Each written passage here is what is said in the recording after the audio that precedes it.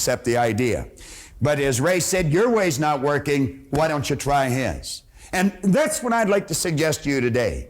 If you're not getting the results you want, your way obviously isn't working, why don't you try ours? Now, I often mention that John and I have got license to brag about every idea we use because none of them are ours. We don't claim that we've originated these ideas. In fact, we openly admit we haven't.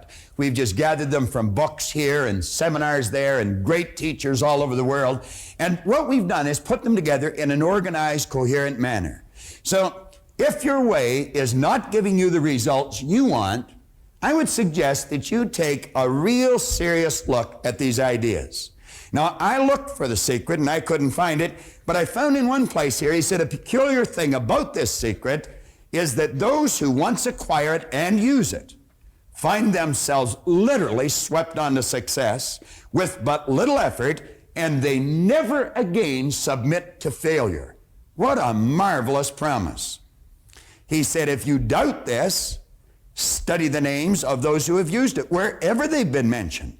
Check their records for yourself, and you'll be convinced. Now, he lists upwards of 100 names here. He's got Henry Ford, William Wrigley, James J. Hill, George Eastman, Theodore Roosevelt. He goes on here, John D. Rockefeller, Thomas Edison, Luther Burbank, Woodrow Wilson. How could I relate to any of those people? I couldn't relate to them. But you see, in that first part, he said, check their names or check their records wherever they've been mentioned. So I did that. And I got out books on Edison, and I got books on Rockefeller, and I got books on Woodrow Wilson, and all the great people that he had mentioned here. And you know what I found? I found they were no different than you. They were no different than me.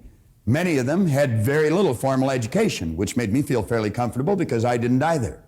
Many of them had very, very rough roads to start on. But I found out we're essentially all the same.